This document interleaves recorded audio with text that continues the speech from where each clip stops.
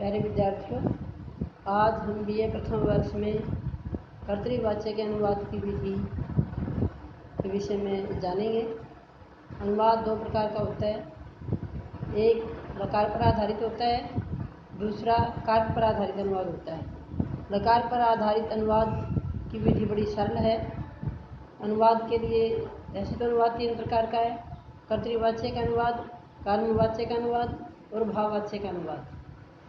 कर्मवाच्य और भाववाच्य का अनुवाद कुछ कठिन है कर्तृवाच्य की अपेक्षा। कर्तृवाच्य का अनुवाद बहुत ही ज़्यादा सरल है। इसके लिए सबसे पहले हमारे पास शब्दावली का होना अत्यंत आवश्यक है। शब्दावली में धातु रूप और शब्द रूप हमें जितने ज़्यादा याद होंगे उतना ही हमारा अनुवाद पर अधिकार होगा। एक भाषा से दूसरा अनुवाद करने के लिए सबसे बड़ी अगर पूंजी है तो वो शब्द सामग्री की है। हमारे पास जितने ज़्यादा शब्दों का भंडार होगा उतना ही हमारा अनुवाद करना सरल होगा। मैं अब आपको कर्तृवाच्य के अनुवाद के बारे में समझाना चाहती हूँ। कर्तृवाच्य के अनुवाद में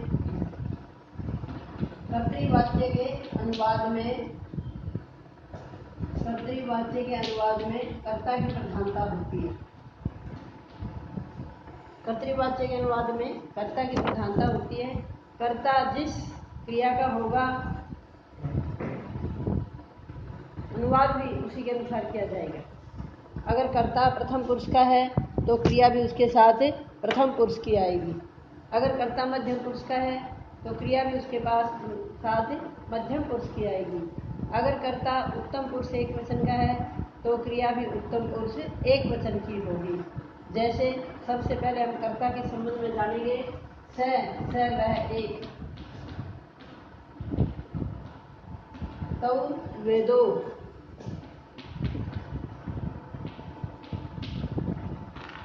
ते वे सब, वे सभी। ये है प्रथम पुरुष। प्रथम पुरुष ये एक वचन,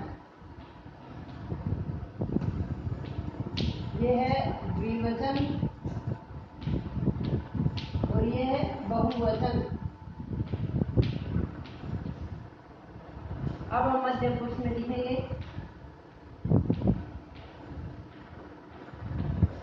त्वम, तू, एक चीज से अभिप्राय है, एक वचन। युवाम,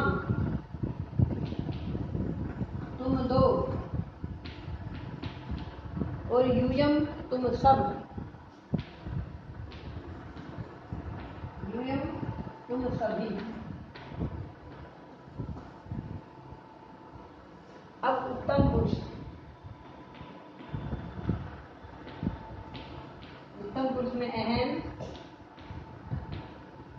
मैं अर्थात मैं एक, आवाम हम दो,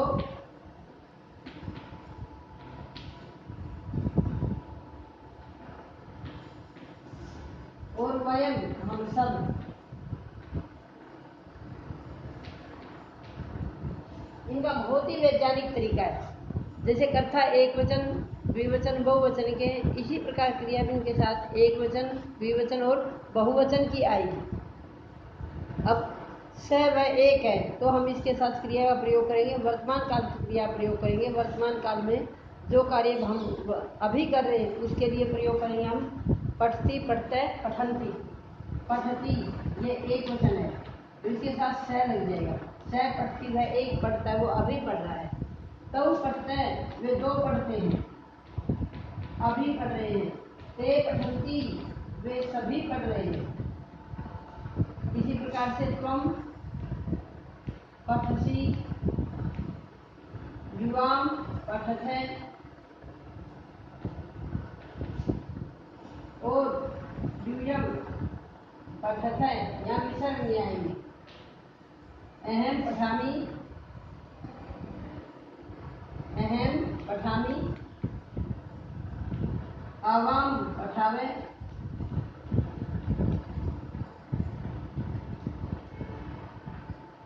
वयम पठावे।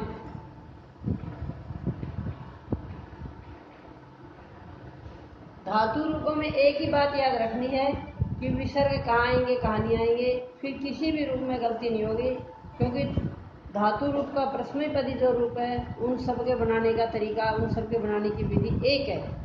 जैसे वर्तमान काल में जब हम देखते हैं तो वर्तमान काल के द्विवचन में, तीनों ही द्विवचन में हमेशा विसर्ग आता है, पठता है पठता है पठावे।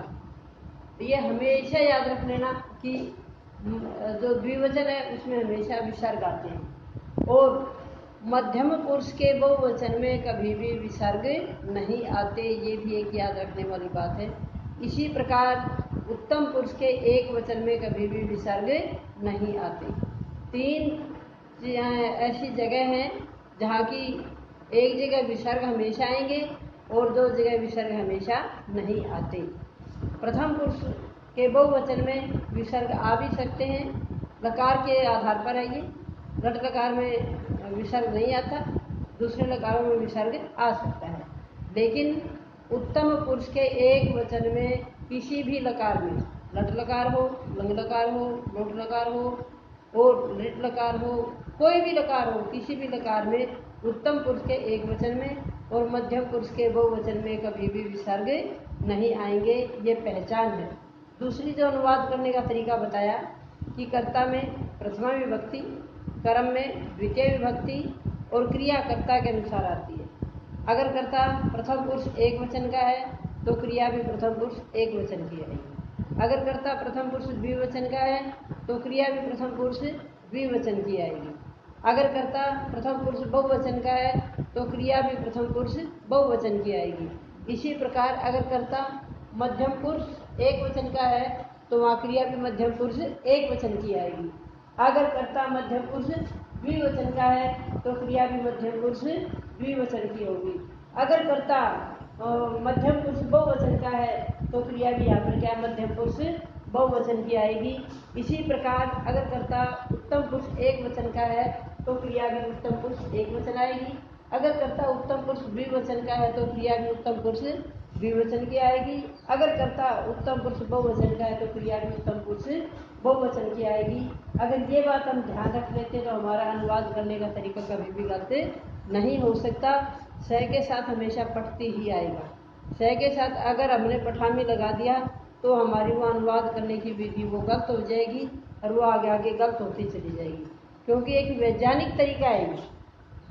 इतने 9 कर्ता हैं, उन 9 कर्ता के साथ 9 के 9 धातु रूप हैं जो एक के साथ एक है। प्रथम पुरुष के भी एक वचन द्विवचन बहुवचन 3 हैं तो धातु के भी 3 रूप हैं, पठती पठता पठंती।